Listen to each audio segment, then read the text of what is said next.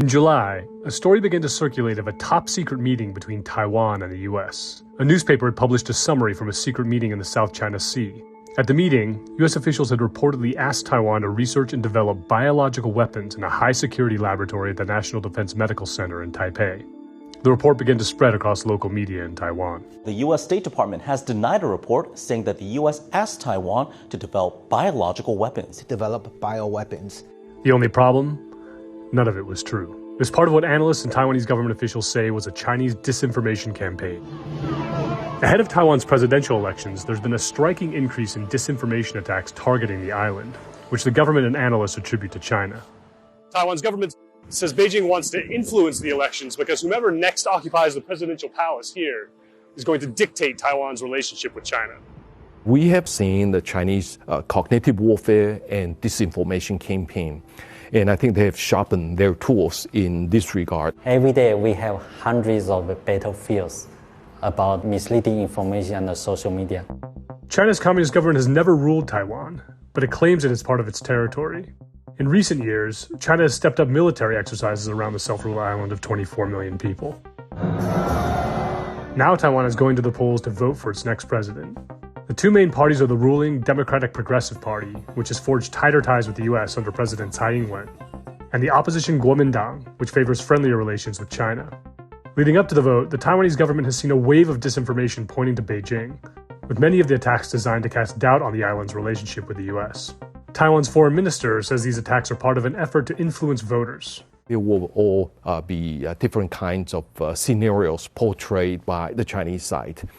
For example, they continue to say that the choice in this election is in between war and peace, and if you vote for the DPP's candidate, it will mean war. What are you seeing this year compared to previous years? Is it worse, better, different, and how concerned are you about it?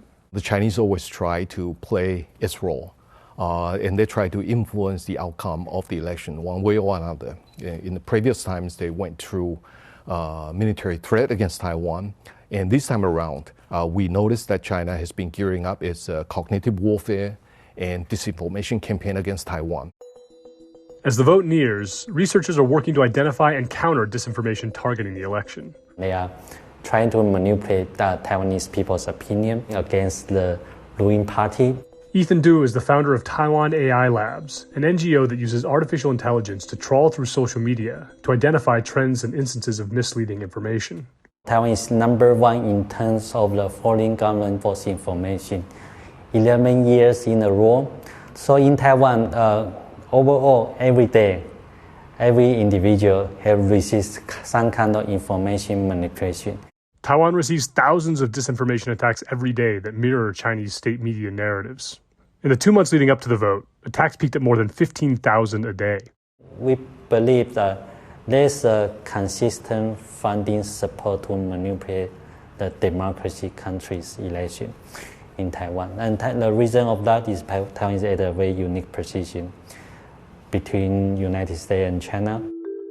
Beijing has threatened action against any perceived moves by Taiwan to assert independence. China is trying to influence the election because it doesn't want this man, William Lai, to win. Beijing sees Lai as an advocate for Taiwanese independence, and it worries that Taiwan will move further away if he becomes president. Lai is currently serving as Taiwan's vice president and has said he would maintain the status quo in relations with China established by President Tsai. 中国对我跟美琴有意见，那是因为我们两个都坚守台湾的主权，维护民主、和平跟繁荣发展。台海的和平稳定是全世界安全跟繁荣的必要元素了。中国有责任，那台湾也有责任。那过去这段时间以来，国际社会认为两岸情势改变，责任不在台湾，而是在中国。The surge in disinformation comes amid efforts by Beijing to ramp up military and diplomatic pressure on Taiwan. But China has denied that it's trying to interfere in the upcoming election. Beijing's Taiwan Affairs Office said accusations of Chinese interference in the election are false and that it respects the island's current social system. Chinese leader Xi Jinping has vowed to eventually take control of the island, making Taiwan's status a flashpoint in relations between the US and China. Whoever wins this election will set the course of Taipei's relationship with Beijing at a critical moment.